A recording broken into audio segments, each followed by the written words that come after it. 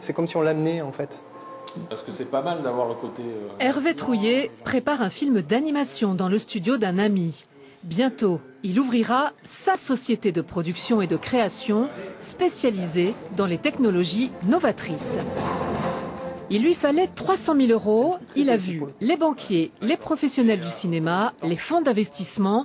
Aucun n'a pris le risque jusqu'à sa rencontre avec des business angels.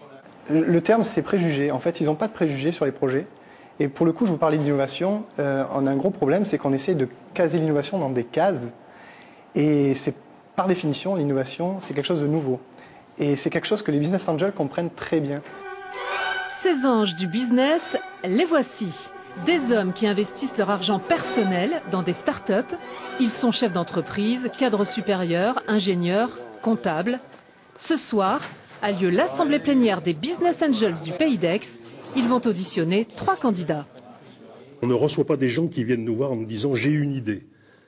On veut des gens qui aient eu l'idée, mais qui aient commencé à la mettre en application, voire qui aient commencé à faire un tout petit peu de chiffre d'affaires. Et on est là pour faire un accélérateur de mise sur le marché de leurs produits, de leur invention ou de leurs services. Le premier postulant arrive. Il dispose d'1 quart d'heure pour sa présentation. C'est la haute techno pour la gestion du temps, la gestion du temps.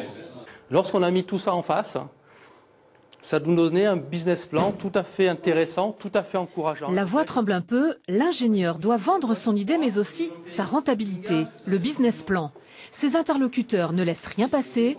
Ils vont d'ailleurs recaler ce candidat. Second projet, une station de lavage pour bateaux, délibération. Je sors de l'eau, je le remets à l'eau dans la journée, c'est 250 € aller-retour. Et un coup de Karcher, c'est même prix. À ce stade, 2 parrains doivent accepter d'approfondir le dossier. La décision d'investir sera prise dans quelques mois. Car les business angels ne se contentent pas de financer, ils accompagnent le nouvel entrepreneur et participent à l'aventure de la création, pourvu qu'ils la jugent rentable. Sur une dizaine de dossiers, en général, il y en a un qui potentiellement, réellement peut exploser. Donc là, on est sur des très belles réussites qui peuvent faire une rentabilité énorme. Par contre, sur les 9 autres dossiers, statistiquement, on sait que une grosse majorité va vivoter, et donc le retour sur investissement va pas forcément être fabuleux. Et puis, on aura peut-être 1 ou 2 pertes dans l'affaire. Donc l'idée, c'est que la société qui va exploser vienne compenser la perte ou les pertes éventuelles. En 2010, l'association Alumni a lancé 6 entreprises pour 1 million d'euros. Chaque membre a financé en moyenne 15 000 €. Hervé commence à chercher des locaux pour son futur studio de cinéma dans le Pays d'Aix. Mais pour lui, le rapport avec les business angels est d'abord une histoire d'hommes et de confiance.